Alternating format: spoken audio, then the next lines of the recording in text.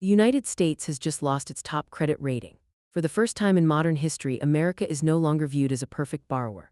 The top-tier label that once symbolized unquestioned financial reliability is gone. This is not a headline that appears lightly, and it is far more than a symbolic gesture.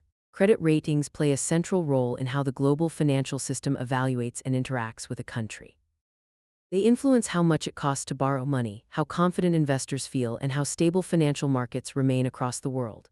When a country as large and influential as the United States is downgraded, the impact does not remain isolated.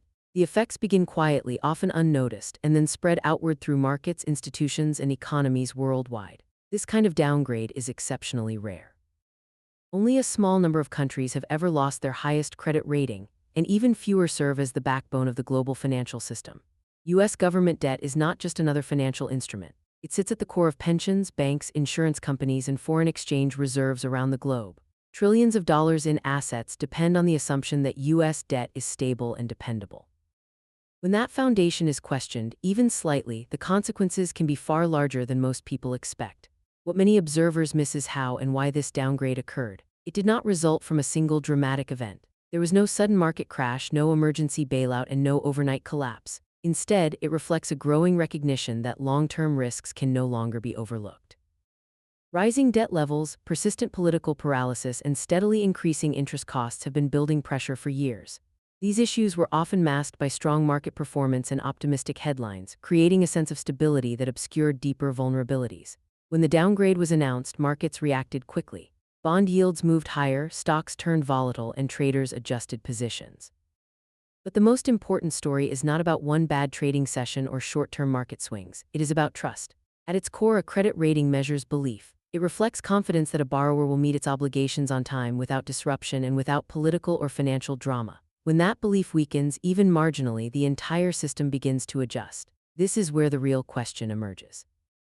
Does this downgrade mark the beginning of a broader financial breakdown, or is it an early warning signal that many are choosing to ignore? In this video, we go beyond the headlines to explain what a credit downgrade truly means. You will see why this moment is different from past warnings and why it deserves closer attention. You will understand how government debt quietly affects mortgages, retirement accounts, and job growth, even when markets appear calm. We will also explore lesser-known risks that rarely make headlines but play a critical role in shaping the future of the economy. Most importantly, you will learn why bond markets reacted before stock markets and why that detail should not be dismissed. This is not fear-driven content. It is about clarity. Financial systems often send signals long before a crisis becomes obvious. Those signals tend to appear in places most people are not watching. By the end of this video, you will have a clearer understanding of whether this downgrade represents a temporary setback or the first visible crack in something much larger. If you care about where the economy is heading, if you want to understand the risks beneath the surface, and if you prefer staying ahead of the story rather than reacting after the fact, stay with us until the end. Welcome to the channel. Here we break down the forces shaping money, markets, and power in a rapidly changing world. If this kind of analysis matters to you, consider subscribing. New videos like this are on the way, and you will not want to miss what comes next. At its foundation, a credit rating is a measure of trust. It tells lenders how reliable a country is when it borrows money.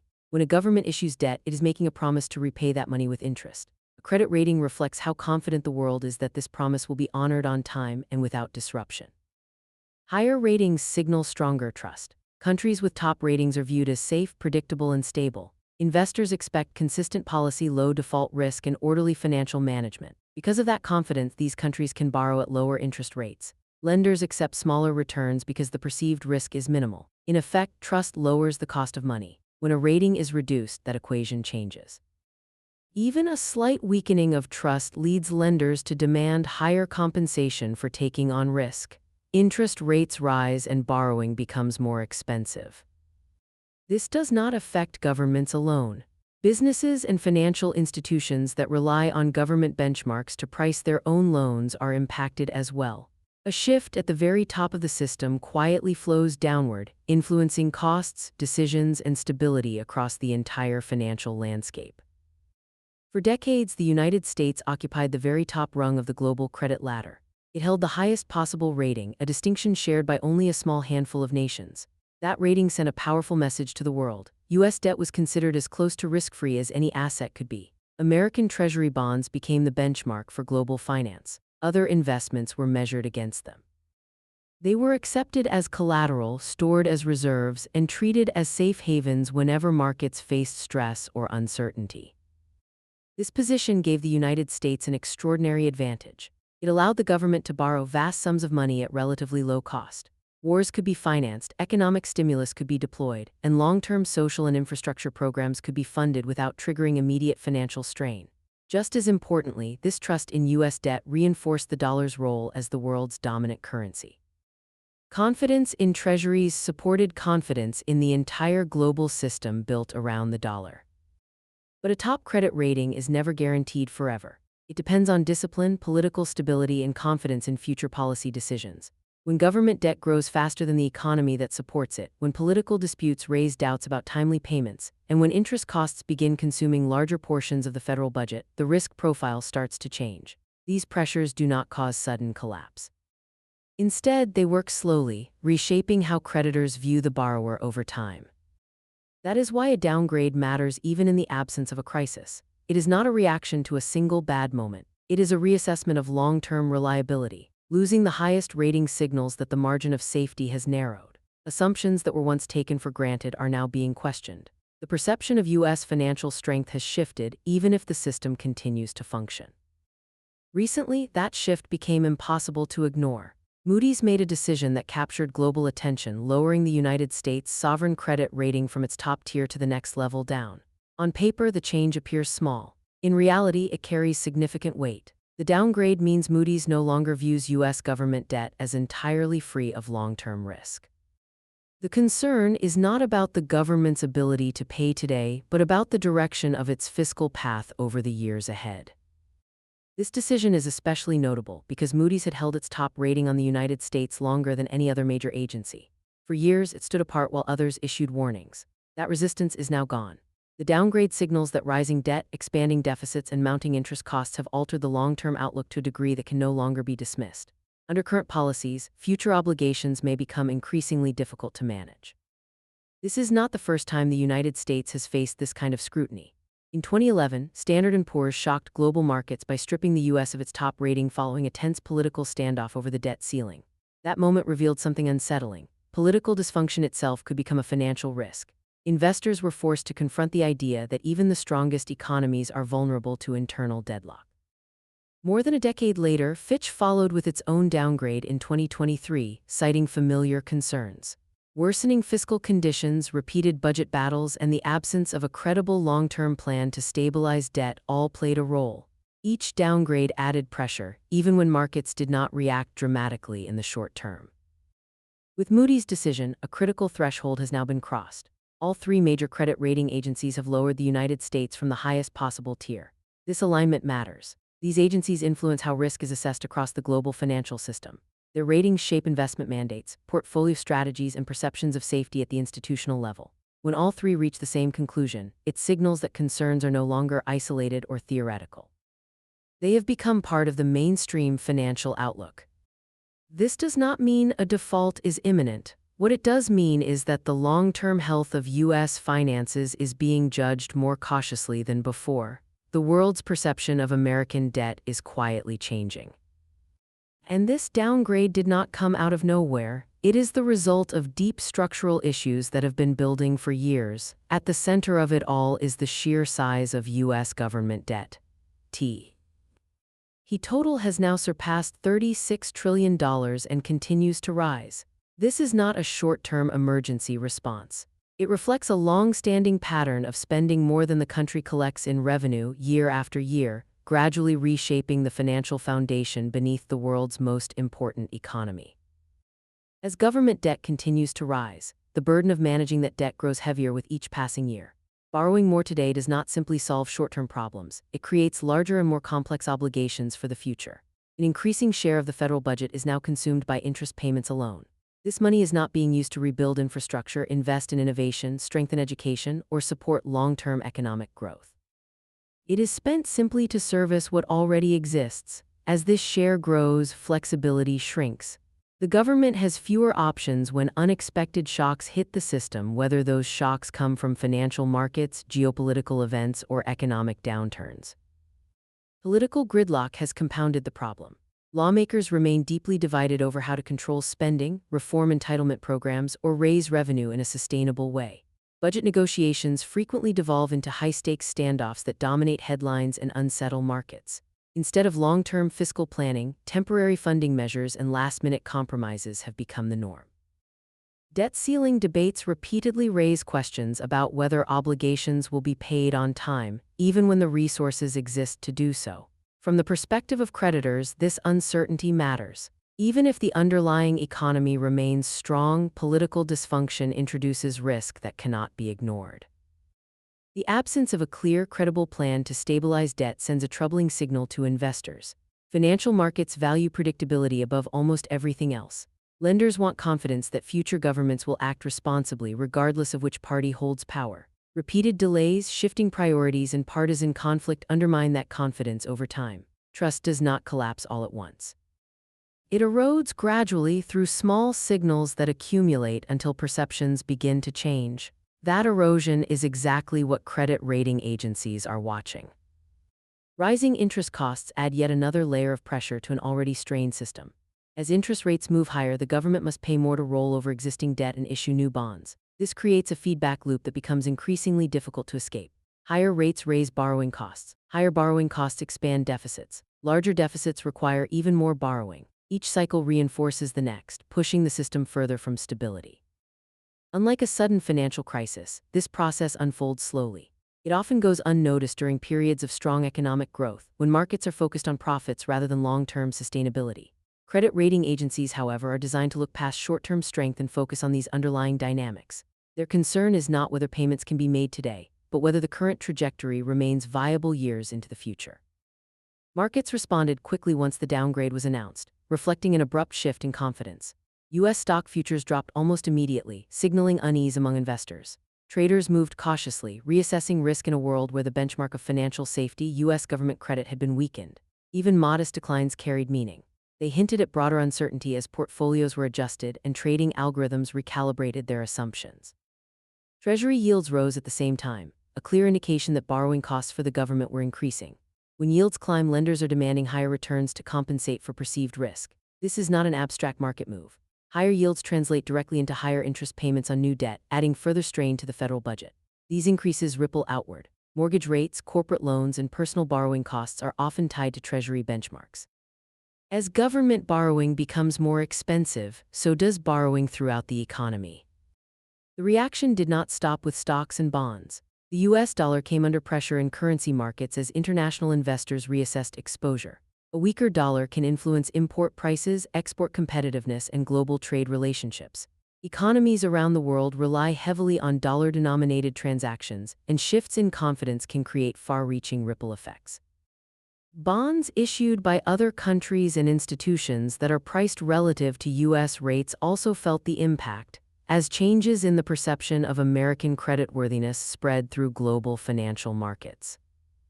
Investors did not act in isolation.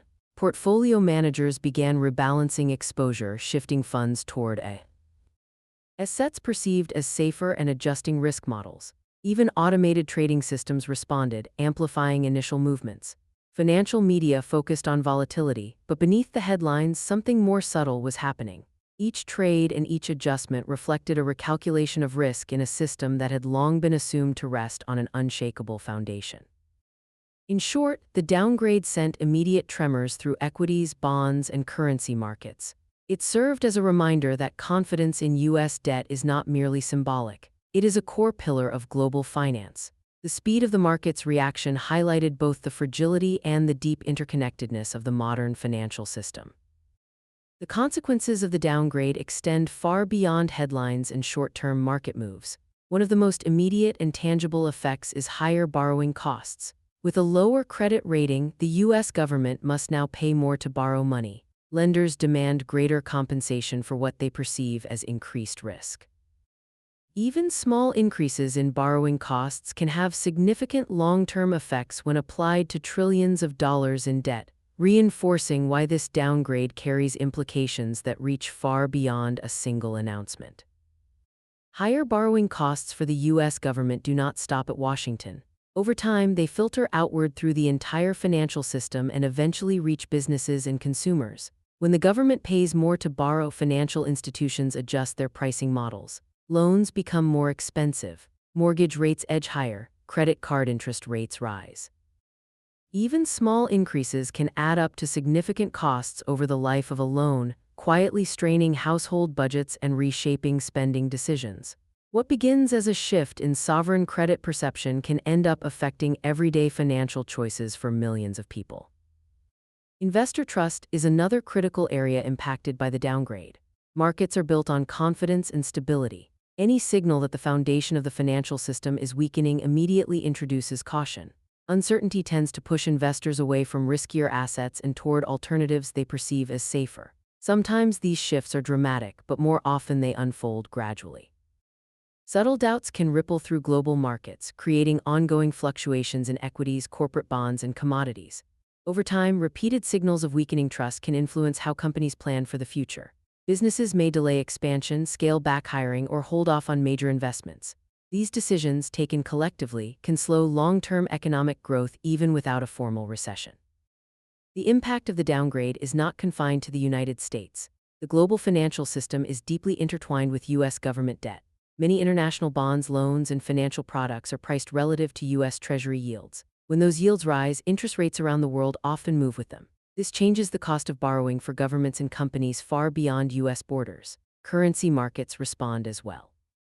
The strength or weakness of the dollar influences trade balances, foreign reserves, and capital flows across continents. A shift in how U.S. credit risk is perceived can trigger subtle but far-reaching adjustments across global finance, even in countries with little direct connection to American fiscal policy. The downgrade also affects institutions that depend heavily on U.S. government bonds for stability. Pension funds, insurance companies, and large investment portfolios have long relied on treasuries as a cornerstone of safety. When confidence in these assets shifts, asset managers are forced to rethink strategies. They must rebalance risk against return in an environment where even traditionally safe assets carry more uncertainty. Long-term plans such as retirement savings, pension obligations, and sovereign wealth investments may face pressure if the cost of safety rises or returns become less predictable. These changes do not always make headlines, but they matter deeply for financial security over decades. In essence, the downgrade reverberates through every layer of the economy. From government budgets to corporate strategy to personal financial decisions, it quietly reshapes assumptions that markets and institutions have relied on for generations. What once seemed unquestionable now requires reassessment. There are two primary ways to interpret this downgrade, and both perspectives carry weight. The more alarmed view sees it as a warning sign of deeper structural problems within the U.S. financial system. Analysts in this camp point to mounting debt, persistent budget deficits, and ongoing political gridlock as evidence that the country may be on a more fragile path than many realize. From this perspective, the downgrade is not just a technical adjustment. It is a signal that the foundations of economic stability are under strain and that a more serious crisis could emerge if these issues remain unresolved. The more moderate view is grounded in historical experience. Previous downgrades caused temporary market disruptions, but they did not lead to collapse. Investors adjusted, borrowing costs rose modestly, and markets eventually found a new equilibrium. Supporters of this view emphasize that the U.S. economy remains large, diversified, and resilient, with deep capital markets and significant capacity to absorb shocks over time. While the concerns raised by the downgrade are valid, history suggests that a downgrade by itself does not automatically trigger disaster. What both perspectives share is uncertainty. Even if a collapse is unlikely, the downgrade forces a reevaluation of long-term risks that were previously underestimated or ignored. It pushes investors, policymakers, and the public to question assumptions about stability, reliability, and predictability. It raises difficult questions about how rising debt, political impasses, and the global reliance on U.S. bonds will interact in the years ahead. This uncertainty is not fleeting. It affects planning horizons, investment strategies, and confidence in institutions. The long-term consequences may unfold quietly, influencing interest rates, corporate borrowing decisions, retirement planning, and even international economic relationships. The downgrade serves as a reminder that structural risks can exist beneath the surface for years before they become obvious. These risks may not trigger an immediate crisis, but they can gradually reshape the economic landscape over time. In this way, the situation remains complex. Alarm and caution coexist with resilience and historical perspective. Markets and governments must navigate this tension carefully. Every reaction, from investors rebalancing portfolios to policymakers debating fiscal solutions, reflects the ongoing challenge of balancing short-term stability against long-term uncertainty in a financial system that is evolving in real time. The downgrade is not just a headline meant for economists or market analysts. It carries real, tangible consequences that reach directly into everyday financial life. One of the most immediate and noticeable effects shows up in interest rates. When the United States carries a lower credit rating, it is seen as a slightly riskier borrower, and that perception alone can push borrowing costs higher. This impact does not stop with the federal government. It spreads outward through the entire financial system. For consumers, higher borrowing costs can show up in very personal ways. Mortgage rates may rise, making homeownership more expensive.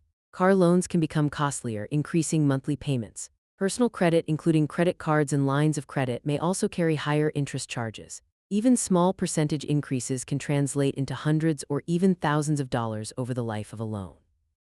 These changes can quietly strain household budgets, forcing families to reconsider spending, saving, and long-term financial plans. Businesses feel the pressure as well. Many companies depend on access to affordable credit to expand operations, hire employees, invest in new technology, or launch new projects. When borrowing becomes more expensive, those plans can slow or shrink. Higher financing costs may lead businesses to delay expansion, reduce hiring, or cut back on investment.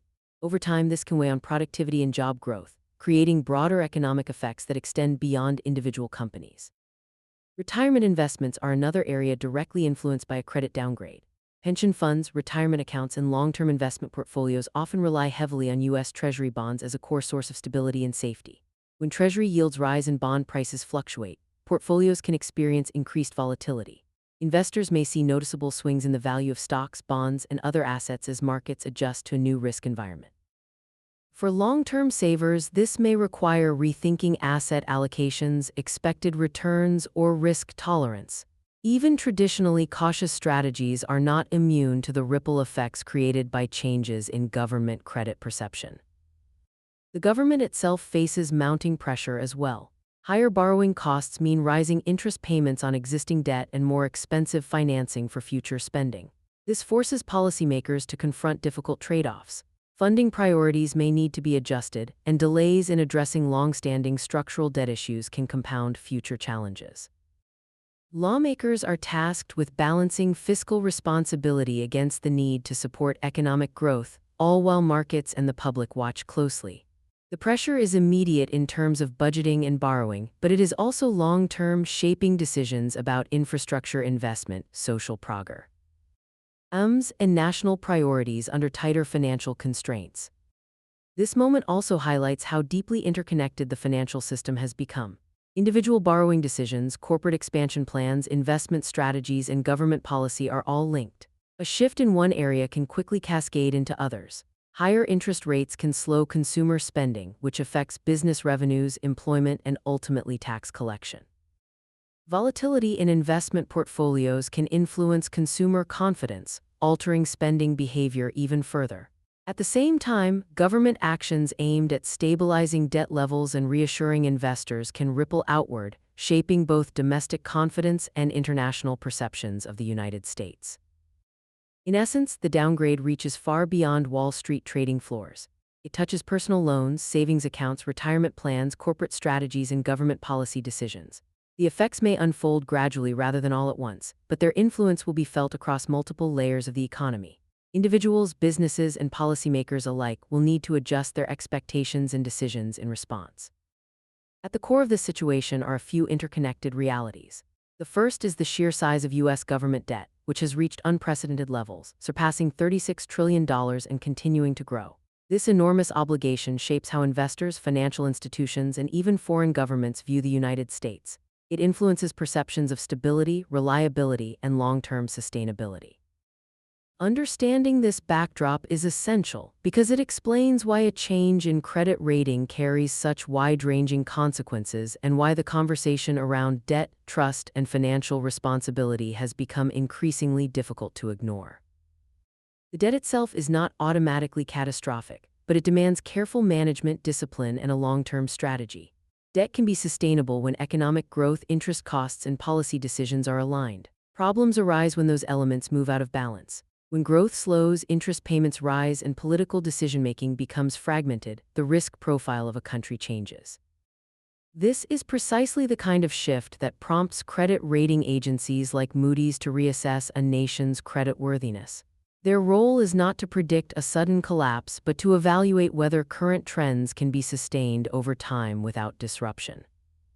The downgrade from Moody's, following earlier actions by Standard & Poor's and Fitch, marks a clear turning point in perception.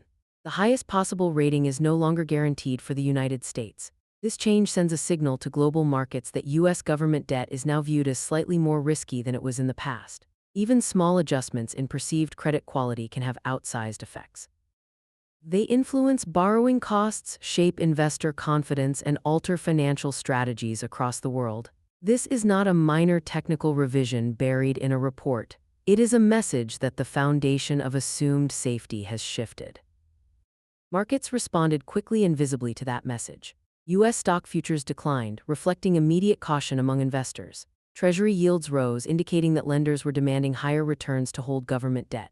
At the same time, the dollar came under pressure in currency markets as global investors reassessed risk.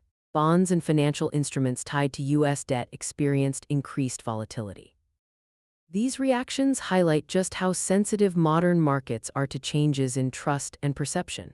Even when the underlying economy remains fundamentally strong, shifts in confidence alone can drive rapid adjustments in pricing, lending behavior, and investment flows.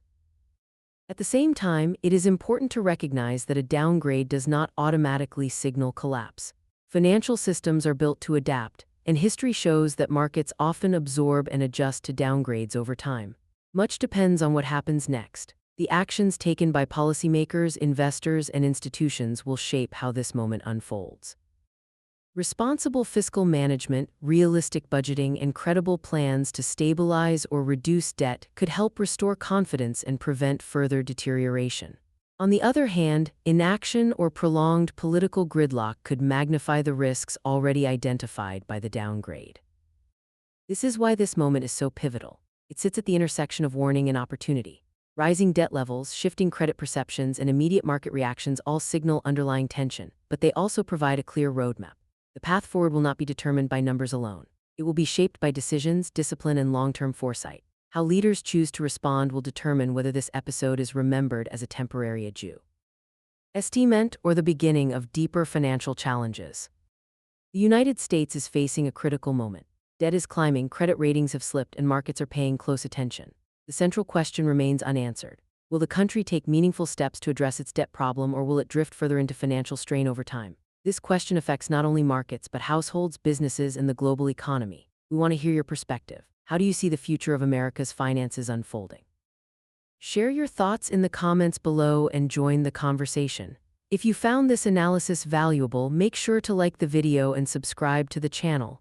Stay tuned for more in-depth updates on the forces shaping the economy, markets, and the world around us.